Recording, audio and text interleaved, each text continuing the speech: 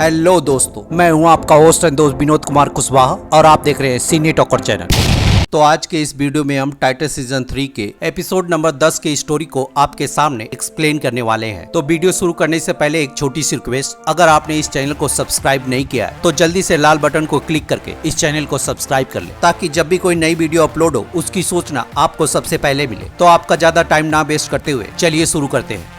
तो कहानी की शुरुआत डिक ग्रेसन से होती है, जो कि हॉस्पिटल में जाकर लेटर को देखते हुए बैटमैन का सिग्नल देखता है और फिर कहानी हमें जीसीपीडी के हालात को दिखाते हुए ये बताने की कोशिश करती है कि जॉनथन क्रेन की ड्रग्स और ब्लैक फायर की मदद से गौथम सिटी में तबाही मच चुकी है। और बारबरा के साथ ऑफिसर्स की मीटिंग में पता चलता है कि जॉनथन क्रेन के द्वारा बनाई हुई ड्रग्स गौथम के 60,000 लोगों को अपना शिकार बनाने वाली है। और तभी एक ऑफिसर आके बताता है कि शहर में उस ड्रग को पीने की वजह से शहर में दंगे भड़क चुके हैं। और इसी बातचीत के बीच डिक ग्रेसन बारबरा गॉर्डन से मिलने के लिए आता है और बारबरा के हाल चाल लेने के बाद डिक ग्रेसन उसे बताता है कि पूरे शहर को छानने के बाद भी जेसन और क्रेन का कुछ भी पता नहीं चला है। और बारबरा को उसकी ऑफिसर बताती है कि सेनेटर मैकडोनाल्ड इस पूरे गौथम शहर को नेशनल गार्ड की मदद से सील करने वाले हैं, ताकि गौथम शहर में ना कोई अंदर आ सके ना ही कोई बाहर जा सके। और बारबरा उसे जवाब देते हुए कहती है कि वारंट की सहायता से इस पानी को शहर में फैलने से बंद करो। और फिर हम जेसन और क्रेन को एक जगह पे आते हुए देखते हैं और जॉनथन क्रेन जेसन को माफ करते हुए उसे अपनी चमचमाती कार भी दिखाता है। और दोनों के बैठने पर जॉनथन क्रेन उसे समझाते हुए कहता है कि इस दुनिया का सबसे बड़ा हथियार एक आइडिया है और अब ये आइडिया ही हमारा सबसे बड़ा हथियार बनेगा और ये कोई प्रोडक्ट नहीं है जिसे तुम सेल कर सकते हो। और अब गौथम को एक नए प्रोडक्ट की जरूरत है। और फिर वीडियो को अपलोड करते हुए पूरे गौथम शहर को अपना मैसेज देने लगता है और सभी को मैसेज देते हुए कहता है कि गौथम सिटी को हमेशा से ही एक प्रोटेक्टर की जरूरत रही है। और बैटमैन के गौथम छोड़ने के बाद नाइटविंग और उसके साथी बैटमैन की मौत का फायदा उठाते हुए इस शहर में खुले घूमने लगे। लेकिन नाइटविंग के लोग इस शहर की सुरक्षा करने की बजाय आप लोगों को लूट रहे हैं और उन पानियों में भी जहर मिला रहे हैं जिसे आप और आपके बच्चे पीते हैं। और नाइटविंग एक क्रिमिनल है जिसे गौथम पुलिस के लोग प्रोटेक्ट कर रहे हैं और उन लोगों को सिर्फ आप ही रोक सकते हैं। और जो कोई भी उन्हें मेरे पास जिंदा या मुर्दा लेकर आएगा, मैं उन्हें $50,000 इनाम में दूंगा। और अब इस शहर में एक नए सुपर हीरो का उदय होने वाला है और आप उसका नाम जानते हैं, उसका नाम है रेड हुड। और जब बारबरा डिक ग्रेसन से कहती है कि इस वीडियो पे कोई भी विश्वास नहीं करने वाला है, जिस पर डिक ग्रेसन उसे समझाते हुए कहता है कि लोग पानी के बवाल से बहुत ज्यादा डरे हुए हैं और क्रेन की वजह से उनको एक टारगेट मिल गया है जिसकी वजह से वो वही विश्वास करेंगे जो क्रेन चाहता है। और बारबरा उससे कहती है कि अगर हमने उनका विश्वास खो दिया तो सब कुछ खत्म हो जाएगा। इस पर डिक उसे हौसला देते हुए कहता है कि हम लोग इसे मिलके फिक्स करेंगे। और जेसन की डायरी पढ़ते हुए गार्ड लोगों को द लजारेस पिट के बारे में पता चल जाता है और तभी बहुत सारे चमगादड़ उसके आसपास मंडराने लगते हैं और ब्लैक फायर के आने की वजह से सारे चमगादड़ गायब हो जाते हैं। और उस बुक को वहीं पे छोड़कर गार्ड लोगन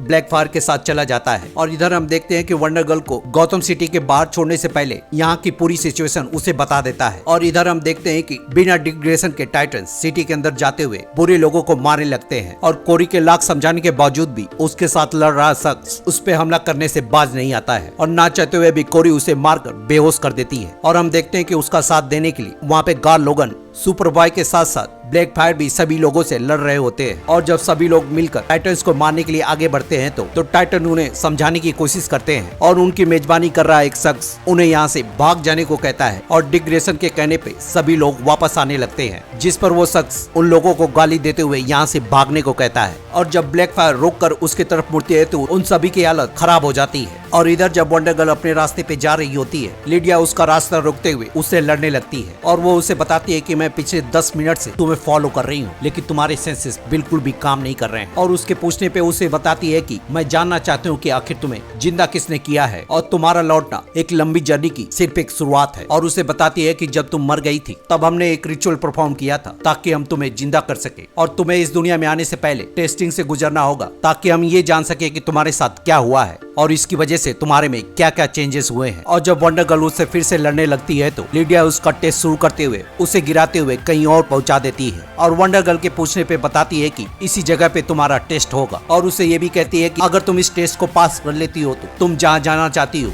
वहाँ जा सकती हो। और फिर उसके टेस्ट को शुरू करते हुए बहुत सारे तीर एक साथ छोड़ देती है और जब वंडर गर्ल उससे बच जाती है तो उसकी तलवार उसके सामने फेंक देती है। और इधर डिक ग्रेसन बारबरा से एक सुरक्षित जगह पे मिलते हुए बारबरा से कहता है कि गौतम के लोगों का भरोसा जीतने के लिए वो अपने आप को गौतम पुलिस के हवाले कर देगा। और बारबरा के पूछने पे डिक उसे बताता है कि मैं ज्यादा देर तक जेल में नहीं रहूंगा और बेल मिलने के बाद मैं इस शहर को छोड़कर फिर से गायब हो जाऊंगा, जैसा कि मैं पहले भी हुआ था। और इधर जब जेसन इन सब चीजों से निराश हो जाता है तो क्रेन उसे समझाते हुए कहता है कि मैं जानता हूँ कि ये तुम्हारा घर है और अपने लोगों को ऐसे देखकर तुम्हें बिल्कुल भी अच्छा नहीं लग रहा होगा, लेकिन हर बर्बादी के बाद हर चीज का पुनर्जन्म होता है। और जब ये लोग गौतम की हिस्ट्री लिखेंगे तो उसके फाइनल चैप्टर का टाइटल रेड हुड होगा और उस किताब में बैटमैन का नाम सिर्फ फुटनोट में आएगा, जिस पर जेसन उसे जवाब देते हुए कहता है कि गौतम के लोग हमेशा ही बैटमैन या रॉबिन को चुनेंगे, जिस पर क्रेन जवाब देते हुए कहता है कि लेकिन अब ऐसा बिल्कुल नहीं होने वाला। और जब क्रेन उसे और समझाने की कोशिश करता है तो जेसन उस पर गुस्सा हो जाता है और क्रेन उसका गुस्से में जवाब देते हुए कहता है कि मैं तुमसे पूरा 100% चाहता हूँ और उसको मोटिवेट करते हुए रेडवुड बोलते हुए अपने साथ बार बार रेडवुड बोलने को कहता है और उसके सामने पैसे से भरा बैग को फेंक कर अगले मिशन के लिए भेज देता है। और इधर हम डिक ग्रेसन को अपने फैसले के बारे में टीम को बताते हुए देखते हैं, जहाँ उसकी टीम उसके साथ सरेंडर करने के लिए राजी हो जाती है। और इधर हम वंडर गर्ल को लिडिया से फाइट करते हुए और उसे हराते हुए भी देखते हैं। और लिडिया हारने के बाद उससे कहती है कि अगर तुम हमेशा ही ऐसा करती रही तो तुम फिर से अपनी जान गवा बैठोगी और अपनी बेटी एंजेला को खोने के बाद अगर मैं तुम्हें खो देती हूँ तो शायद इस गम से मैं जिंदा ना रह सकूं। और उसको वहाँ से आजाद करने से पहले उससे कहती है कि तुम सिर्फ लोगों की रक्षा करने के लिए पैदा नहीं हुई हो, उनका लीडर बनने के लिए पैदा हुई हो। और फिर लिडिया उसे उसी रास्ते पे छोड़ देती है। और इधर रेडवुड आकर पैसे से भरा हुआ बैग पुलिस वालों के सामने फेंक कर उसे अपना नाम पुकारने को कहता है और उसका नाम पुकारने के बाद वो वहाँ से चला जाता है। और इधर हम टाइटंस की टीम को जीसीपीडी की तरफ बढ़ते हुए देखते हैं और बहुत सारी पुलिस फोर्स के बीच से गुजरते हुए अपने आप को सरेंडर करने के लिए आगे बढ़ने लगते हैं। और डिक ग्रेसन अपनी टीम को बताता है कि ये सारे पुलिस वाले सिर्फ लोगों को दिखाने के लिए है। और हम बारबरा के साथ साथ वहाँ पे हम उस पुलिस वाले को भी देखते हैं जिसने पैसे से भरा बैग लिया था। और फिर एक पुलिस वाला आगे आते हुए ब्लैक फायर को धक्का देते हुए पीछे कर देता है, जिसे देखने के बाद सुपर बॉय वहाँ पे आकर उसे पीछे हटने को कहता है। और फिर उस पुलिस ऑफिसर के आदेश पे वो लोग उन सबको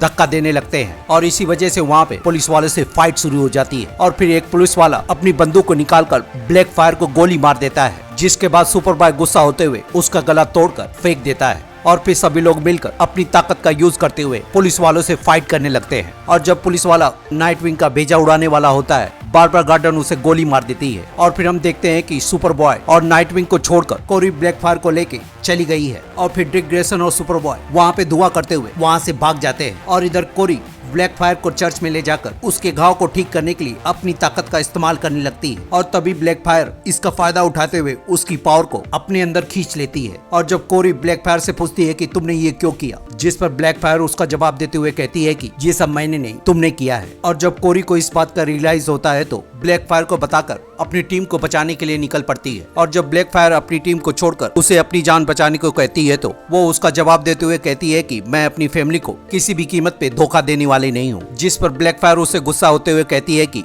मैं इसी तुम्हारी एक फैमिली हूँ। और ब्लैक फायर उसे नसीहत देते हुए उसे छोड़कर चली जाती है। और इधर बारबरा को पुलिस वाले पे गोली मारने की वजह से नौकरी गंवाने के साथ साथ अपनी गिरफ्तारी भी देनी पड़ती है। और हम गौतम शहर में देखते हैं कि क्रेन के इस कारनामे से शहर में पूरी तरह से भगदड़ मच चुकी है। और इधर जब नेशनल गार्ड के 2 ऑफिसर वंडर गर्ल को रोकने की कोशिश करते हैं तो एक ऑफिसर को मारने के बाद दूसरे अफसर को डराते हुए उससे पूछकर चली जाती है। और इधर हम गार्ड लोगों को वहाँ से भागने के बाद एक जगह पे बेहोश पड़े हुए देखते हैं। और होश आने के बाद रेचल उसके पास आकर उसका हाल चाल लेती है। और फिर गार्ड लोगन जेसन और क्रेन के कारनामे को बताकर उसे बताता है कि क्रेन और जेसन की वजह से गौतम के लोगों के साथ साथ पुलिस वाले भी हमारे खिलाफ हो चुके हैं। और इधर हम सुपर बॉय और नाइटविंग को पुलिस वालों से बचते हुए एक जगह पे रुक कर छुपते हुए देखते हैं। और इधर हम ब्रूस वेन के मेंशन में जेसन और जॉनथन क्रेन को ब्रूस वेन के मेंशन को अपना अगला ठिकाना बनाते हुए देखते हैं। और फिर जॉनथन क्रेन ब्रूस वेन की फैमिली की फोटो को उतारकर जेसन को चाकू देते हुए उसे बर्बाद करने को कहता है। और फिर जेसन बैटमैन के साथ बिताए हुए पलों को याद करके अपने गुस्से को उसकी फोटो पे उतार देता है। और इसी के साथ इस एपिसोड की कहानी यहीं पे समाप्त हो जाती है। तो मिलते हैं किसी और वीडियो के किसी और टॉपिक पे, तब तक के लिए शुक्रिया।